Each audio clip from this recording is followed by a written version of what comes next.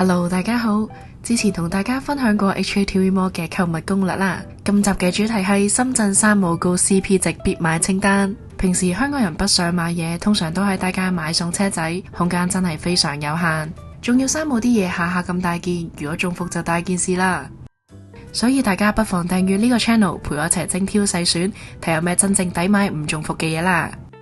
第一樣當然要同大家介紹下熱門甜品 No.1， 所有去過山姆嘅人都一定有買過嘅瑞士卷，一盒有原味同伯爵茶兩款味，45蚊 total 12件。伯爵茶有淡淡嘅香味，啲 cream 都好滑，又唔會太甜，做早餐或者下午茶超正。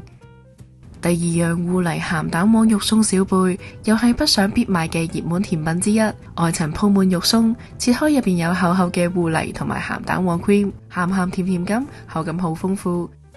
第三樣小青檸汁都係熱門 item， 非常清爽，酸酸甜甜啱啱好。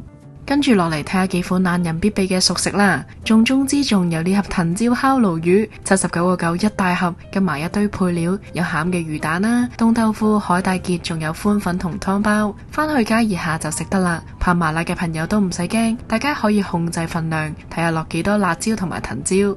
同場呢都有幾款相近嘅食物，例如酸菜魚啦同埋缽缽雞，睇落都好正，不過全部太大盒啦，一次都帶唔到幾多返嚟。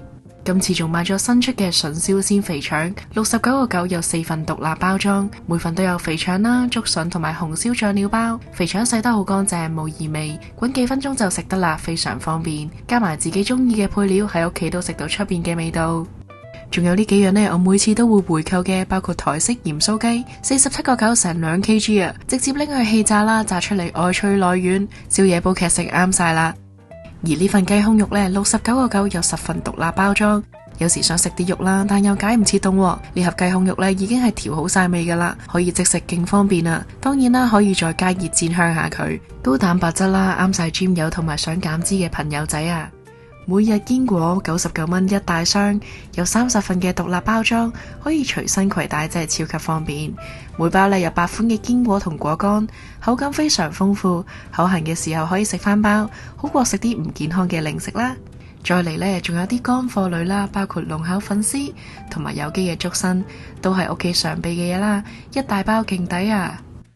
最後呢，仲買咗包咖啡豆，試過好幾款唔同牌子嘅咖啡豆，暫時最中意嘅呢都係皮爺出嘅 CP 值高，沖出嚟嘅油脂豐富，味道都好香醇。今次仲喺試食區試咗新出嘅皮爺咖啡味雪糕，超濃郁超好食啊！如果唔係成9盒咁多，我都想買嚟食啊！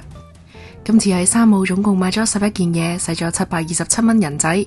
去過咁多次山姆，我嘅心得呢，主要都係買翻啲新鮮貨同埋凍貨，有位呢，就可以買埋啲輕嘅屋企常備食品。至於一啲生活用品呢，其實我都好中意喺山姆買嘅，例如一啲消毒濕紙巾啦，同埋消耗品。但太大箱呢，抬翻嚟真係有啲辛苦。